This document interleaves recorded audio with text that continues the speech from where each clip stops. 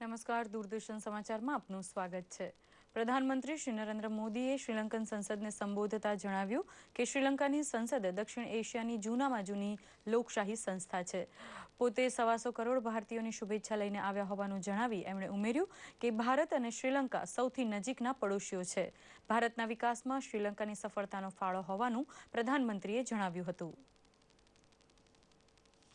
The future that I dream for India is also the future that I wish for our neighbors.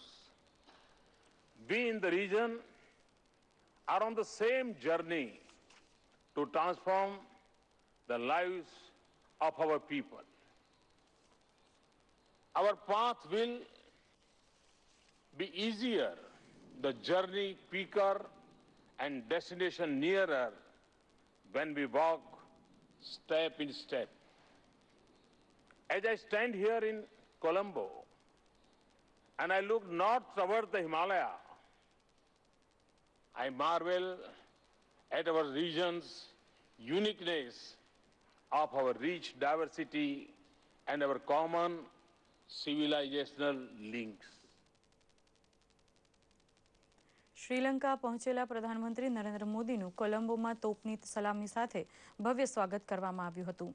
બંને દેશોના પ્રતિનિધિમંડળો વચ્ચે વાટાઘાટ યોજાયા બાદ પ્રધાનમંત્રી નરેન્દ્ર મોદી અને રાષ્ટ્રપતિ મૈત્રીપાલ સિરિસેનાની હાજરીમાં 4 કરાર પર હસ્તાક્ષર થયા હતા, જેમાં કસ્ટમ, વિઝા, યુવા વિકાસ તથા કોલંબોમાં રવિન્દ્રનાથ ટાગોર મેમોરિયલના બાંધકામનો સમાવેશ થાય છે।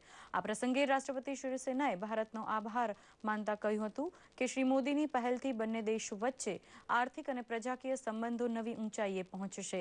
શ્રી મોદીએ જણાવ્યું હતું કે હિન્દ મહાસાગરમાં આવેલા તમામ દેશો સાથે ભારત મૈત્રીપૂર્ણ સંબંધો ઈચ્છે છે। શ્રી મોદી અને સિરિસેનાએ 1-to-1 મુલાકાત પણ કરી હતી। નરેન્દ્ર મોદી મહાબોધિ સોસાયટી ખાતે ગયા હતા અને અહીંના બૌદ્ધ ભિક્ષુઓ સાથે વાતચીત કરી હતી।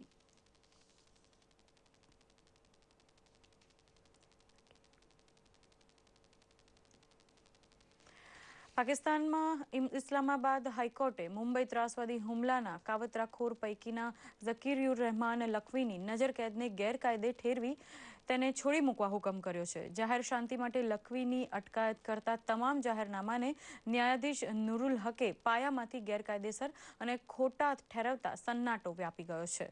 ત્રાસવાદ વિરોધી અદાલતે લખવીના જામીન મંજૂર કર્યા હતા, પરંતુ પાકિસ્તાન સરકારે ગઈ સાલ 18મી ડિસેમ્બરે જાહેર શાંતિનો ભંગ થતો રોકવાના હેતુસર જાહેરનામું બહાર પાડી તેને જેલ બહાર નીકળતા રોક્યો હતો। છેલ્લા 5 વર્ષથી રાવલપિંડીની અડિયાલા જેલમાં તે છે। આ અંગે કેન્દ્રીય ગૃહ રાજ્યમંત્રી શ્રી કિરણ રિજ્જુએ જણાવ્યું હતું કે લખવીને પાકિસ્તાન સરકારની ભૂલને કારણે જામીન મળ્યા છે। પાકિસ્તાને તેની વિરુદ્ધના તમામ પુરાવા કોર્ટમાં રજૂ કરવા જોઈતા હતા। ભારતનું મહેમાન બનેલું વિશ્વનું પ્રથમ સોલર વિમાન હાલ અમદાવાદની મહેમાનગતિ માણી રહ્યું છે। આ અનોખા સોલર વિમાનને લોકોમાં અનેરું આકર્ષણ જમાવ્યું છે। આજના દિવસે લોકો માટે આ વિમાનને જોવા માટે ખાસ વ્યવસ્થા કરવામાં આવી છે। અમદાવાદ એરપોર્ટ ખાતે કરાયેલી વ્યવસ્થા અંતર્ગત લોકો સવારના 7 વાગ્યાથી સાંજના 6 વાગ્યા સુધી આ વિમાન જોઈ શકશે। સવારથી જ સોલર વિમાનને જોવા લોકોનો ધસારો જોવા મળ્યો હતો। વિશ્વના પ્રથમ સોલર વિમાનને જોવા મોટાથી માંડીને સ્કૂલના વિદ્યાર્થીઓમાં અનોખો ઉત્સાહ હતો। સોલર વિમાનને જોઈને ભવિષ્યમાં સોલર એનર્જીના વધુને વધુ ઉપયોગની વાત વિદ્યાર્થીઓએ જણાવી હતી। આગામી 15 તારીખ સુધી આ સોલર વિમાન અમદાવાદમાં રહેશે। આ સાથે જ આ સમાચાર બુલેટિન અહીં સમાપ્ત કરી રહ્યા છીએ। નમસ્કાર।